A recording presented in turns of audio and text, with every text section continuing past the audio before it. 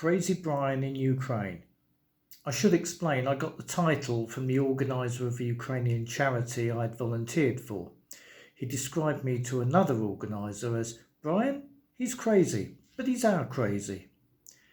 About a year ago, another Ukrainian organiser told me I should put my experiences in Ukraine down in writing. I said, well, compared to many, my experiences were nothing.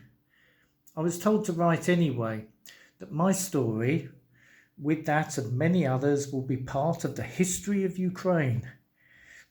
Okay, no pressure then. I wanted to try an experiment to get a slight impression of what life is like in frontline cities in Ukraine. As I begin this, it's the 1st of July 2024. I was lying on my bed listening to thunder all around. I could also hear the young teenage daughter of one of the care staff playing with a couple of dogs. The air alarm sirens, they'd been sounding as usual, and the thunder can sound like distant explosions.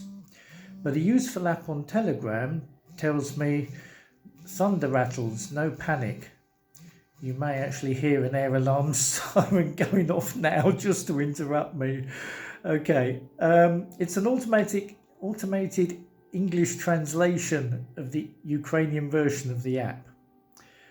Among the many threats the air alarm sirens go off for is when Russian MiGs have taken off and are in range. But as that's the case for a lot of the time here in Kharkiv, almost nobody takes any notice of the sirens or the accompanying emergency alerts on our phones or the alarms on the air alarm app.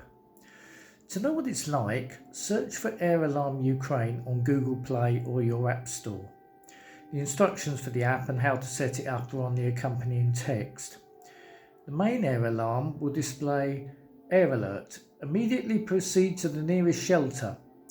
If there is no shelters around, at least 2 walls must separate you from the potential shell impact zone.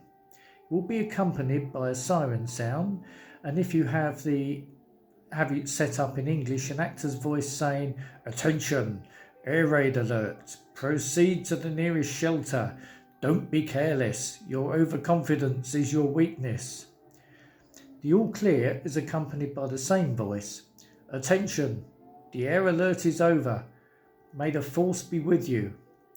If you have that app on with Kharkiv selected or Kherson or any other frontline area for a day and night or two, you will understand a little of the constant state of alert here.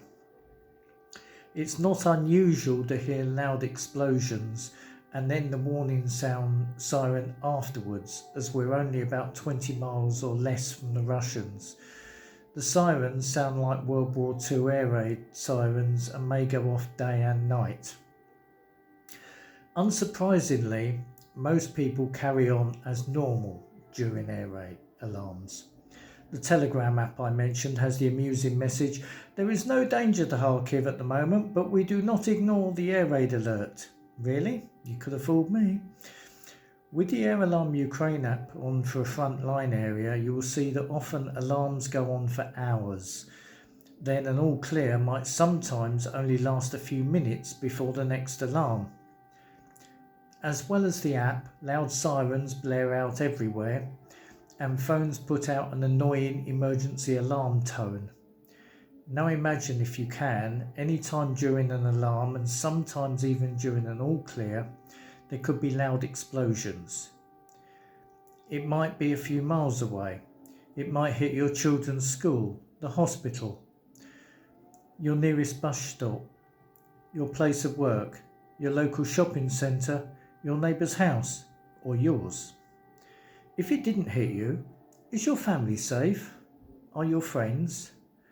Now imagine the stress constantly, day and night after day and night, week after week, month after month. Add to that, you probably know some who have been killed. Most schooling is done online or underground. Those who had online schooling for a few months in the pandemic, imagine online schooling for years. A graduation ceremony just over a week ago was interrupted by explosions, followed by sirens. Luckily, the graduation ceremony was underground, although students were taking graduation photos in the park shortly beforehand. One of the targets was a hospital. Luckily for the hospital, the guided glide bomb, try saying that when you've had a few drinks, missed the hospital and hit the house in front on the busy main road in the centre of Kharkiv. One woman was killed as she got off a trolley bus. 3 were dead that day, over 50 injured, including 3 young girls. Also, many animals were killed by another bomb at an animal rescue centre just north of the city. The next day, several houses and a school were targeted. Only 1 dead this time, several injured, including 2 young boys. Then the kindergarten at the sports centre, various children's camps. The Russians' favourite targets are anything to do with children and anything medical. After that, public places like shopping centres. A month ago, a missile hit a hypermarket at the busiest family shopping time of the week, Saturday afternoon. Around 60 were injured and 19 killed, including a girl of 12 and a boy of 17. Imagine being a parent. Every time your children go anywhere, in the back of your mind is the nagging thought, is this the last time I will see them? You force it down, but it's there. Remember, if NATO allowed Ukraine to target the Russian planes which launch these bombs while they are vulnerable on the ground in their military air bases, most of these bombings could be prevented. Political cowardice in the West means innocent civilians murdered here. Having tried to give you a slight idea of what it's like here, I've probably thoroughly depressed you or maybe made you as angry as I am at Western leaders like Neville Chamberlain when the West needs a Churchill.